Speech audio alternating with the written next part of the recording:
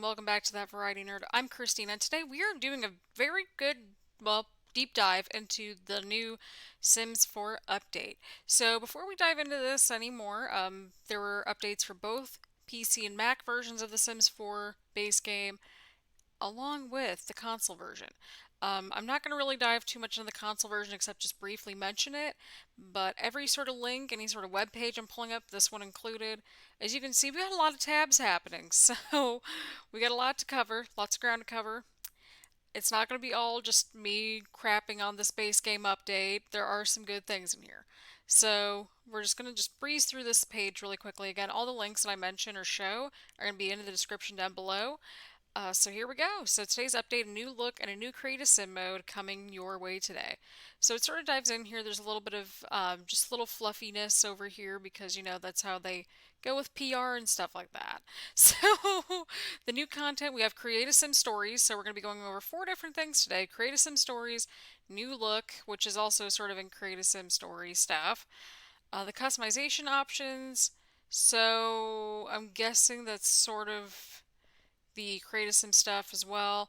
Although to be fair, the new look just is impacting the entire game. And the new cheat. So we got 4 things to talk about. Technically 5, but 5 is going to be sort of interweaved and throughout this deep dive here. So you might be wondering, why are you on your origin page?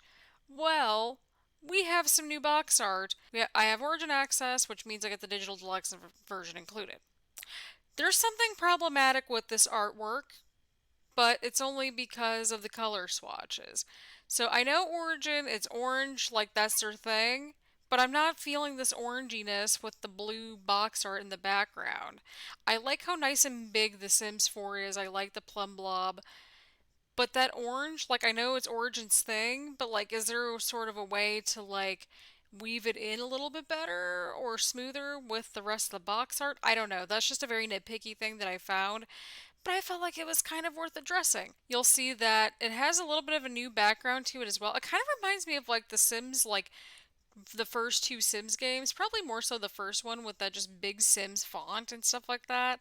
So here we go. So The Sims 4 also included a brand new refresh FAQ. Again, the link's in the description.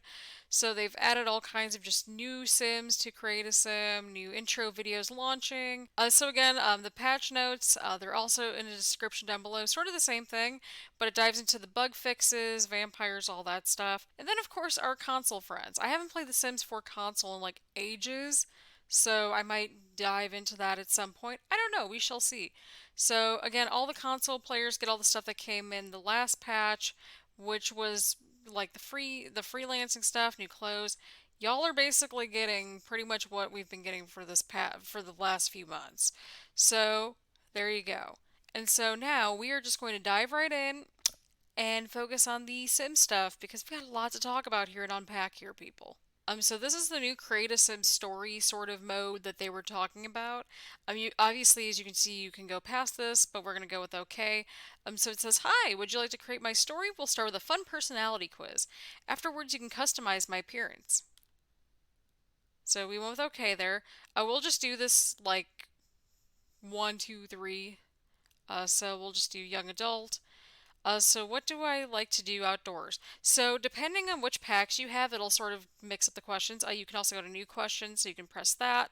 And then this little meter, it's like how far you are. Sort of like when you're taking like a BuzzFeed quiz or really any other quiz online. It'll give you a meter just to show you like how far you are. So what's the most important thing to me? My stuff, my family, my reputation. So I think we're at that one. What do I know about vampires? Goths with big pointy teeth. They're creatures in teen novels. You can count on me or them. Ooh. Well, this is actually kind of cool. So it actually shows and can generate the occult sims as well, which I think is really awesome. So, hey, nice to meet you. Feel free to assign my gender, adjust my appearance, and select my clothing. And don't forget to give me a name. So, as you can see here, this is actually interesting. So, this actually, as you can see along the left hand screen, I had to think about which side it was, you'll get a more in depth sort of look as to which skills that they're going to be focusing in on. Some of them they actually get a head start on. And then career, it'll give you a career that you're in already if you are in one. And then it'll automatically generate your species, which is kind of cool. your aspiration trait, and then the other three traits as well. So we're gonna go ahead. We're gonna actually do another one just to sort of show you like the different options that we could do. Nice to meet you too.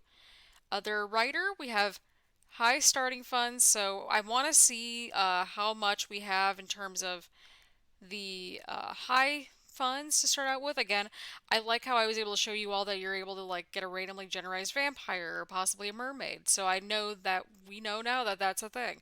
So this person is a serial romantic, alluring, evil, romantic, and a snob, which I mean makes sense. So we're just gonna go with this first name that comes up. So Christian Otero. Sure, why not?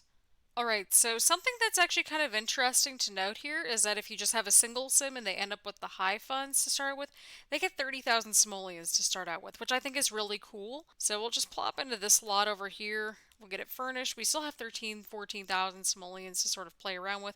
And by the way, this is the brand new loading screen. I personally like the loading screen, but we're going to dive more into the loading screen, the main menu, and do a bit of a deep dive towards the end. So we're sort of working our way backwards. So something I also forgot to mention in Create a Sim, there were some. I think there were two new hairs added and a bunch of new clothes when really they were pulled from packs apparently and just given new swatches for the base game people. So you can see the in-game plum bob is not, it hasn't changed. And I'll go in and show you just a second what I mean by that. So I included a link in the description with the exact breakdown, but we're just going to go and cast because I have a bone to pick and I think it's kind of just, yeah, we need to talk. Okay, so the bone I have to pick and create a sim currently. We can't tell which new swatches or new items are in this game. Oh my god. And then on top of that, okay, so altogether the icons were switched, right? So it's kind of hard if you see here, I only own one stuff pack. Those green swatches, they look very similar and it's throwing me off quite a bit. Then you got the teal swatches, which it's hard to really tell almost, like the different icons anyway. Like they're just very hard to see in general. The darker blue one's a little bit better because the darker blue, and I'll show you something that I found really interesting as well. Um, but like at least the darker blue with the white actually makes sense and it matches with the font or at least gets close to it. This teal color, it's getting close to that white and it's very concerning. The base game new plum blob icon, I don't like it. I personally do not like it, if I'm being totally honest. At least when it's behind that white. And even then, like, again, if you don't own the stuff packs, like these greens look very close together and the white's just blending in too much. And again, pretty much throughout this video, you'll be hearing me talk about the accessibility of this game because I feel like it's super important to address because we want people to be able to play the game. So here we go. So do you see this star right here? So this is from Island Living. So as you can see, the star went away once we clicked on it and we're going through the swatches. Okay, this is actually really cool, I'm not gonna lie. So yeah, it'll show you which one that's new to the game. Why can't we have that in the base game updates? Like, at least highlight the item. Like, even if it's new swatches, just highlight the item and we can at least figure out which swatches are new at the very least. But do something like that for us. That would be great. See right here? We got like all these stars that are like here. Why can't we have that for base game items? Like, that's all I'm saying. So, yeah, again, very nitpicky thing, but there's like none of the little star things or anything that is supposed to help us figure out which items are which in this new update. And I think that needs to, well, happen. All right, so we are back in our little humble abode, and now we are going to dive into this new cheat that just came out, which I also have a little bit of a bone to pick with, but not as much because this was actually something that we needed. Lastly, before we dive into this little section here, if you're just going to release swatches from existing packs, like that's kind of contradicting in a marketing sense, because if you're trying to sell the packs, right? You're trying to sell these packs, um, so that the Sims people, like the Sims consumers, are more inclined to get the packs so that way we can do objects and items. That's kind of defeating the purpose if you're just transferring over an existing clothing item from, say, like fitness stuff, I think was an example, and Get Famous, which were a couple of examples, I think. over into the base game, like that's kind of like not much of an incentive to get those packs then, which to me like makes little to no sense, but whatever. And just yeah, the whole thing makes no sense. So now we got to do the new code, and sorry for a second, I'm pulling it up on my phone because I don't remember it offhand. Because these just okay. So it's bb.show live edit objects. I think that's it. Yeah, and then bb show edit live edit objects false to turn it off. There's no way to figure out which items are which, and that's my problem. So decorations, I think it's under, right? I think.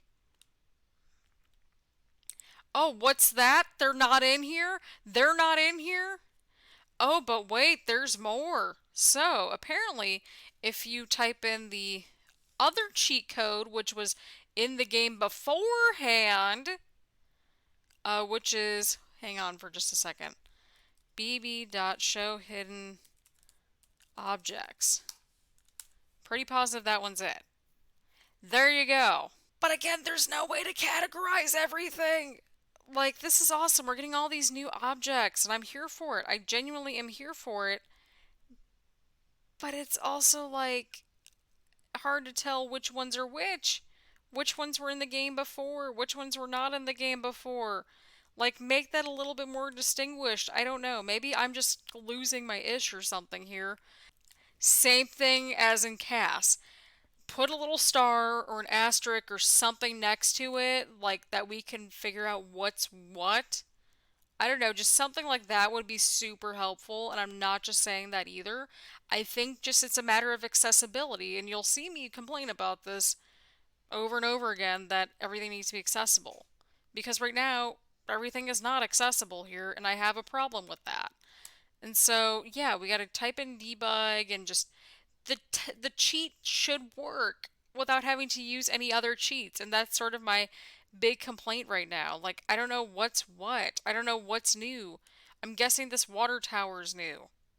Yeah. So, why should I have to use a cheat that's new only to have to use another cheat to make it work? Doesn't that sort of defeat the purpose of the new cheat? I like how this is a thing because we can do a lot more with possibly community lots. Like, for example, this water tower, you could totally turn this into like maybe a water tower sort of park or something like that. I don't know. You could do a lot of things, and I think it'll be really cool to see what everybody's doing. However, we should not have to put in a second cheat for the existing new cheat, if that makes any sense at all. So yeah, so now that we've basically went through create a sim stuff that's been changed, we went through briefly some of the new stuff, the new items, the new cheat. Here's going to be the main topic of discussion slash closing point and my main negativity point, if you haven't figured it out by now. Accessibility. We're going to be diving through all the loading screens, the menu stuff, and all of that. Especially the menu, because I've already sort of made my point on the loading screen. We got to go to this main menu. So again, the loading screen, it's just very bright. I personally like the loading screen because it's simple, and to me, I can read the text. I can see the plumb bob. I can see all of that. I don't have any issues with it. But some people, they might not be able to see certain colors. But holy crap, people, look at this menu.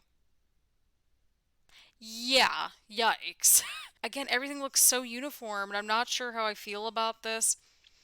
But one thing that is kind of cool, it gives us little arrows so that way you can see the last, that way you can take a look through all of the different packs that were sort of released. So it has it has the artwork from the past ones, which I really like because it's like I love the artwork. And then it'll give you the trailers for the last three game and expansion packs from what it looks like, just because I don't think we've had a stuff pack for a little while. But as you can see here, here's a big issue I have. So these icons, I'm not super sold on them, and here's why. These swatches, especially with the icons, they just blend in almost too well with this blue color. So it's kind of hard to distinguish, and they're also very small. But yeah, just the blue that's on blue that's on blue, like it's kind of driving me a little crazy. There's just a lot to unpack here. To me, it feels super busy, unless if that's just me being very nitpicky or something.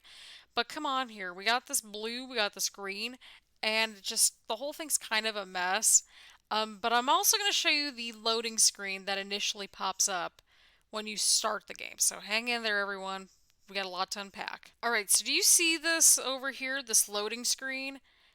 Yeah, but just this green that's on blue, and then the white that's on this sort of lightish blue, and then there's that white blue, I mean that light blue with the white down there. But again, I just have an issue with like the branding and just the general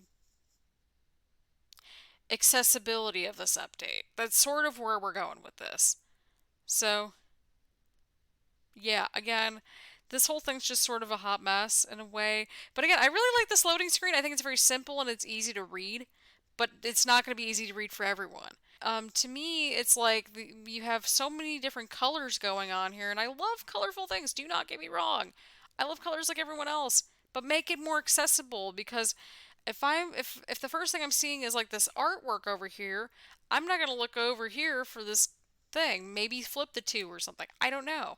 And I wanted to point out some resources as well, just to sort of highlight the accessibility stuff that we've got to unpack here. But here's the thing that I've been having an issue with just the entire time, just with the colors. So, it's 2019. We need to make video games more accessible for everyone. That's sort of my big overview. If you look at the menu page, that's super busy. The previous one, you had the big artwork and you had the small side bar where you could basically, sort of like how this page is set up, right? You have this nice little sidebar where all your packs are at, where the press, like, load your previous save, new save, load a save file, that sort of thing, and then you had the artwork along the side. And so, yeah, one thing that I want to show you all really quickly is this color contrast checker. And so, if you have the background color with blue on white, basically this number over here, this contrast ratio, it has to be at 4.5. There's also, I found something really interesting too, if we're talking about accessibility in video games. Accessibility guidelines here. So again, I'm not an expert on all this stuff. I'm not an expert in like accessibility laws or whatever. So if we're basically looking at this just in general, like again, like easy readable default font sizes, clear and simple language, clear formatting. So yeah, if we look at even the origin logo, look at this. It fails. It fails all of this because it's just a whole big thing. And then if you even go further from that, if you go to the background color being blue with the orangey color, it fails again. Yay, accessibility. So, yeah, again, if you're like, why are these colors hard to read? It's because they are hard to read.